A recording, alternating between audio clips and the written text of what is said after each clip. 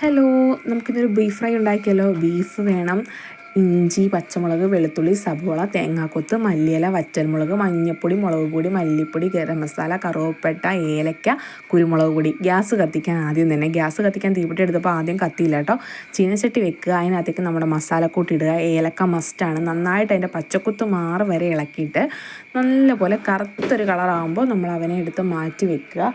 അത് കഴിയുമ്പോൾ ചീനച്ചട്ടി വെക്കുക, നന്നായിട്ട് എണ്ണ ഒഴിക്കുക കേട്ടോ. എണ്ണയാണ് ഇനി മെയിൻ. പിന്നെ തേങ്ങാക്കൊത്തിടുക. ഈ കൂടെ ഒരു കശുവണ്ടിയൊക്കെ ഉണ്ടെങ്കിൽ നല്ല രസമായിരിക്കും, ടേസ്റ്റും ഉണ്ടാവും. പിന്നെ നമ്മൾ സാധാരണ ചെയ്യുമ്പോൾ ഇഞ്ചി, പച്ചമുളക്, കൊല്ലമുളകിൻ്റെ അതായത് വറ്റൽമുളകിൻ്റെ ഞെട്ട് ഞാൻ കളഞ്ഞിട്ടില്ല. പിന്നെ കൂടുതൽ എടുത്തിരിക്കുന്നത് വെളുത്തുള്ളിയും ഉണ്ട്, കുഞ്ഞുള്ളിയും ഉണ്ട് ടേസ്റ്റ് കൂടാനായിട്ട്. പിന്നെ നമ്മളതൊന്ന് വാടി കഴിയുമ്പോൾ നമ്മുടെ ബീഫ് അതിനകത്തേക്ക് ഇടുക കേട്ടോ.